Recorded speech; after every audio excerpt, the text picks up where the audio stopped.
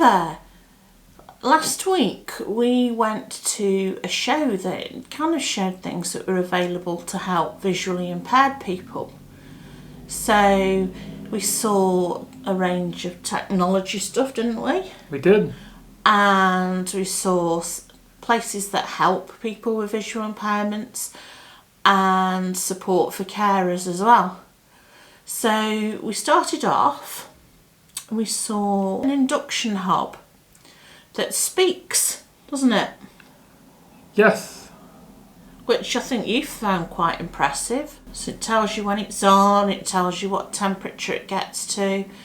And obviously, being an induction hob, the hob itself doesn't get hot. It's the pan that gets hot. Because you have to get these magnetic pans for them. Yes.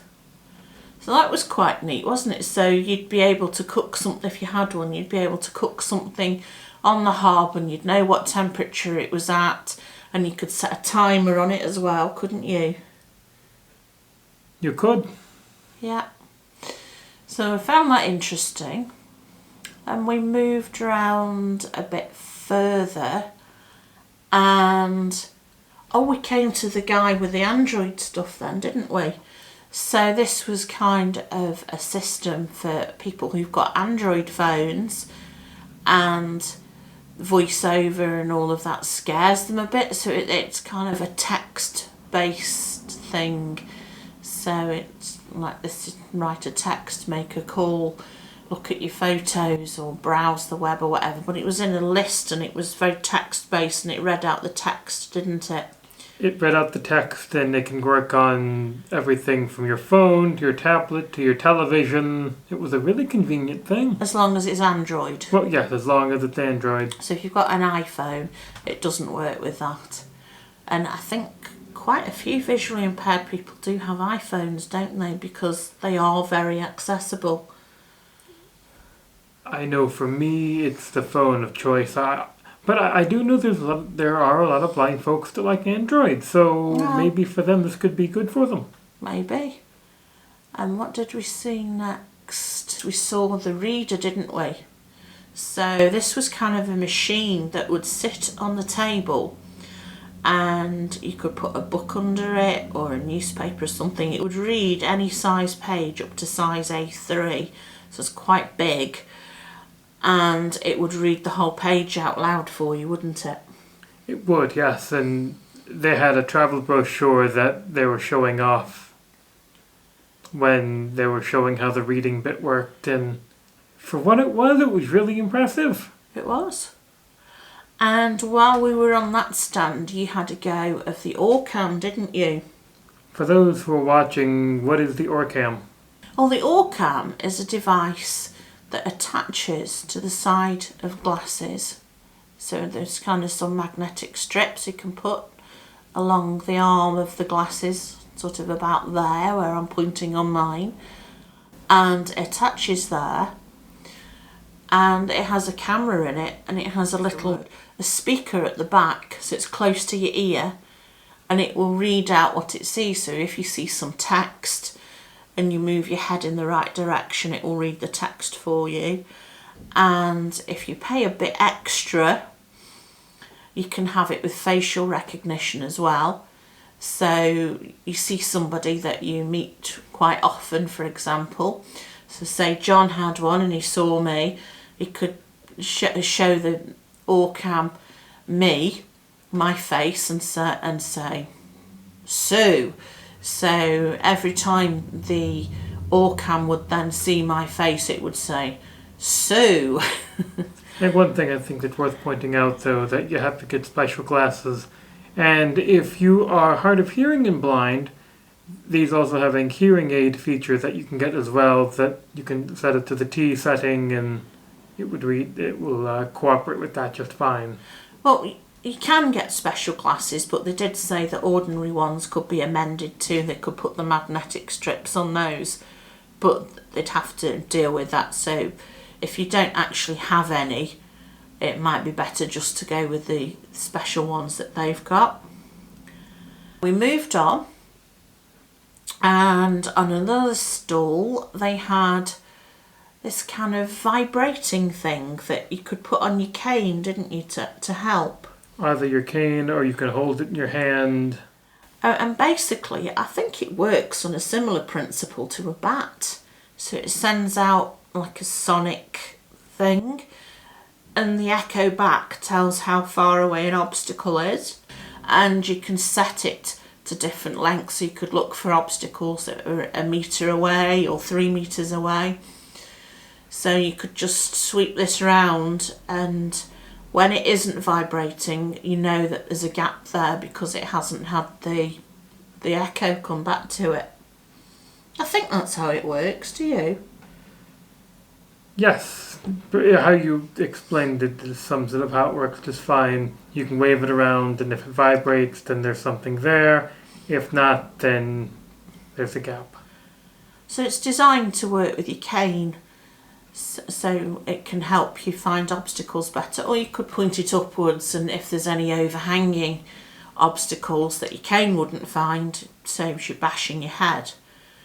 But I think the downside with this and the Orcam is if you don't have any vision at all, how do you know where to point it?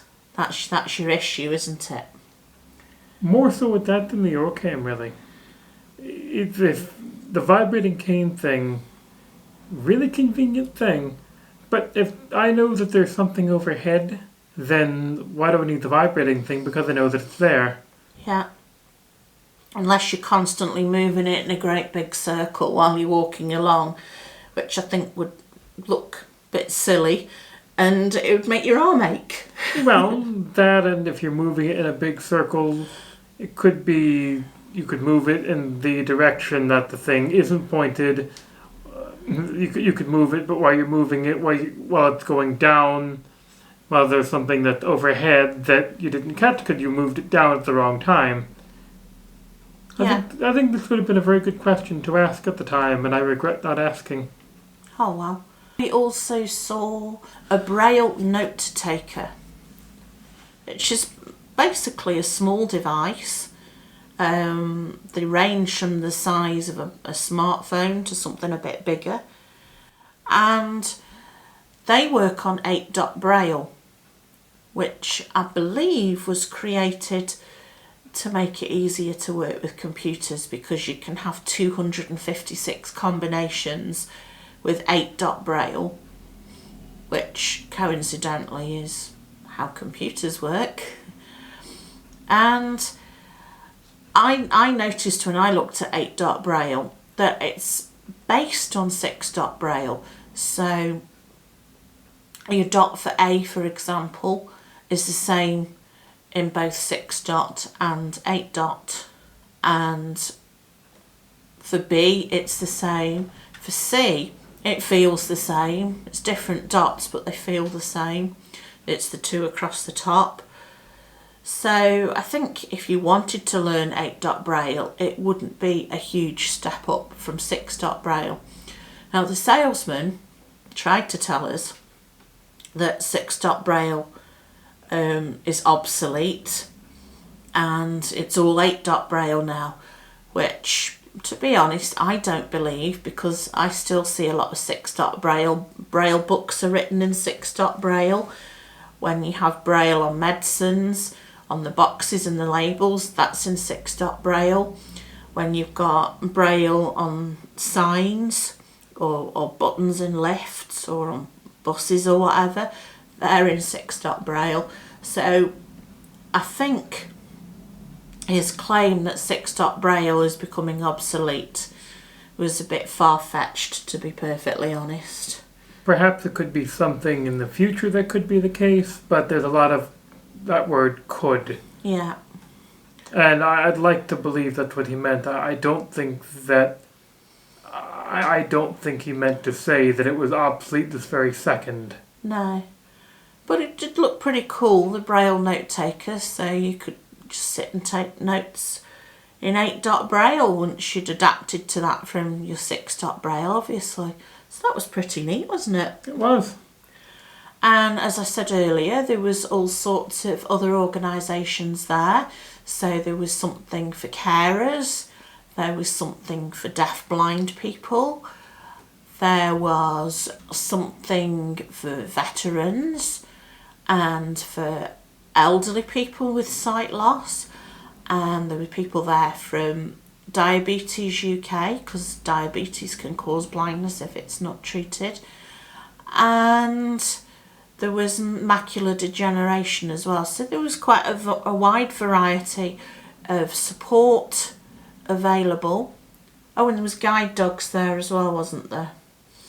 I'd forgotten those. There was guide dogs there as well. So there was quite a range of support available, and all sorts of different technology available to help visually impaired people. Although I personally think that a lot of it would be easier to use if you've got some vision rather than no vision at all. But that's my thought. Have you got any thoughts on it, John?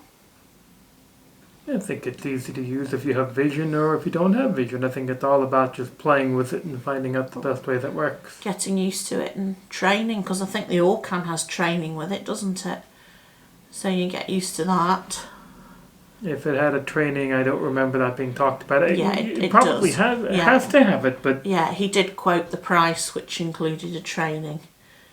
And speaking of prices, unfortunately, like a lot of things for disabled people, the price tags are quite high compared to ordinary objects that you'd buy as a sighted person. So, for example, the Induction Hub was twice the price of one that you could buy that doesn't talk.